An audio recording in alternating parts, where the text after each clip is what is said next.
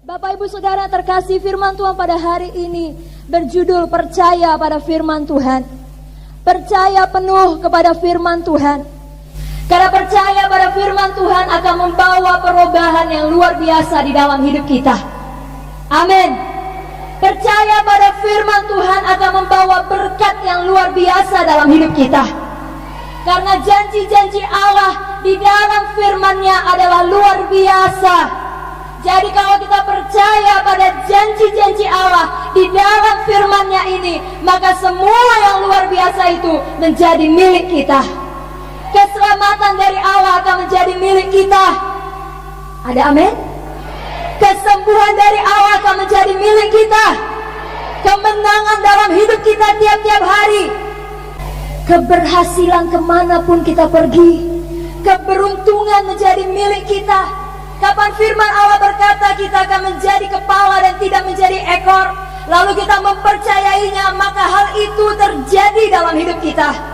Percaya penuh pada firman Allah. Kita akan melihat satu contoh yang juga luar biasa. Bagaimana satu kepercayaan yang penuh pada perkataan Allah, kepada firman Allah, menghasilkan mujizat Allah. Maka Bapak Ibu Saudara siap membaca firman Tuhan? Mari kita buka Alkitab kita dari Matius 8 ayatnya yang ke-5 sampai 13. Ketika Yesus masuk ke Kapernaum, datanglah seorang perwira mendapatkan dia dan memohon kepadanya, "Tuan, hambaku terbaring di rumah karena sakit lumpuh dan ia sangat menderita." Yesus berkata kepadanya, "Aku akan datang menyembuhkannya." Tapi jawab perwira itu kepadanya, "Tuan, aku tidak layak menerima Tuan di dalam rumahku. Katakan saja sepatah kata, maka hambaku itu akan sembuh. Sebab aku sendiri seorang bawahan, dan di bawahku ada pula prajurit. Jika aku berkata kepada salah seorang prajurit itu pergi, maka ia pergi. Dan kepada seorang lagi datang, maka ia datang. Ataupun kepada hambaku kerjakanlah ini, maka ia mengerjakannya." Setelah Yesus mendengar hal itu, heranlah ia dan berkata kepada mereka yang mengikutinya, "Aku berkata kepadamu, sesungguhnya iman sebesar ini tidak pernah aku jumpai pada seorang pun di antara orang Israel. Aku berkata kepadamu, banyak orang akan datang dari timur dan barat dan duduk makan bersama-sama dengan Abraham, Ishak dan Yakub di dalam kerajaan sorga. Sedangkan anak-anak kerajaan itu akan dicampakkan ke dalam kegelapan yang paling gelap. Di sana akan terdapat ratap dan kertak gigi." Lalu Yesus berkata kepada perwira itu, "Pulanglah dan jadilah kepadamu seperti yang engkau percaya." Maka pada saat itu juga tambahnya. Amin. Di sini kita melihat Bapak Ibu Saudara yang terkasih, ada seorang perwira Romawi. Dia bukan umat Allah, yakni umat Yahudi, tapi di luar Yahudi, seorang Romawi. Tapi walaupun dia seorang Romawi, dia telah mendengar berita tentang Tuhan. Memang percaya kita, iman kita hanya bisa timbul kalau kita mendengar berita tentang Tuhan.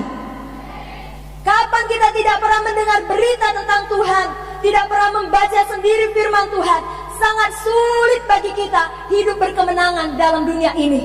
Sangat sulit bagi kita mempunyai iman yang teguh. Sangat sulit bagi kita percaya pada janji-janji Tuhan.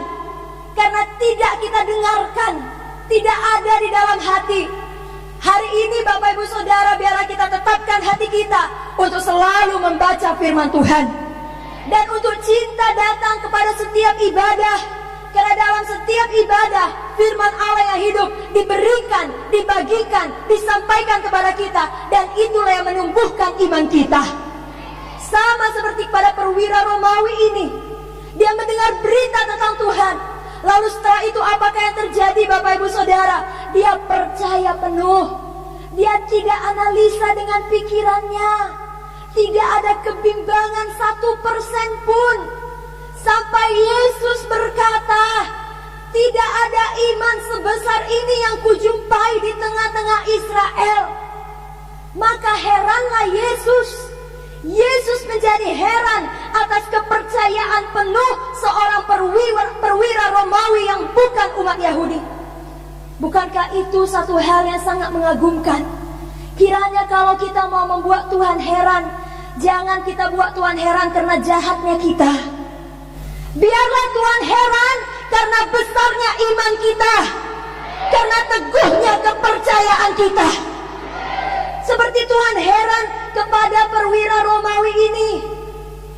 Tidak banyak Tuhan berkata di dalam Alkitab, besarlah imanmu.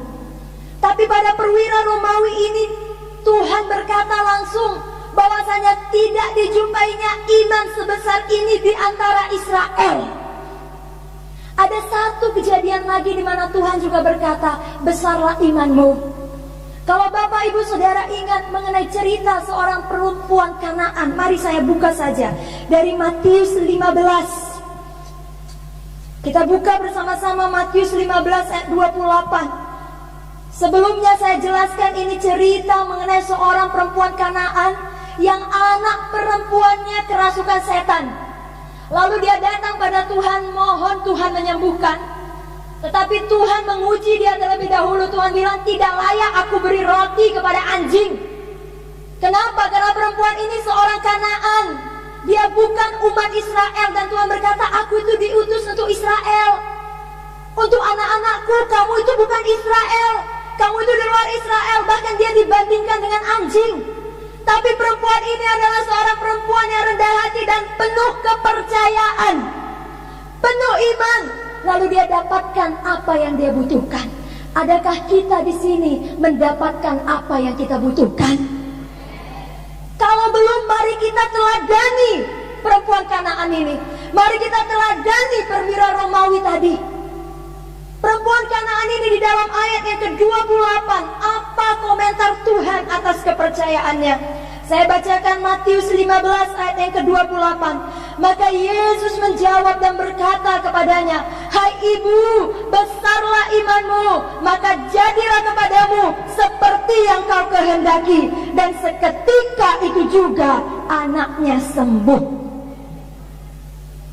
Sama seperti ayat yang perwira Romawi dalam Matius 8. Pada ayat yang ke-13 dikatakan, lalu Yesus berkata kepada perwira itu, pulanglah dan jadilah kepadamu seperti yang engkau percaya. Maka pada saat itu juga sembuhlah hambanya. Kepercayaan yang penuh Bapak Ibu Saudara menghasilkan jawaban seketika itu juga. Luar biasa. Iman yang teguh, percaya 100% tanpa menganalisa dengan otak kita yang tidak seberapa ini, dibandingkan dengan cara Tuhan yang ajaib. Tanpa kita ada kebimbangan dan keraguan, maka kita mendapatkan apa yang kita perlukan seketika itu juga. Luar biasa. Kenapa kita belum mendapatkannya Bapak Ibu? Karena mungkin kita belum sungguh-sungguh percaya. Hari ini runtuhkanlah segala benteng-benteng kebimbangan. Runtuhkanlah segala benteng-benteng kekhawatiran.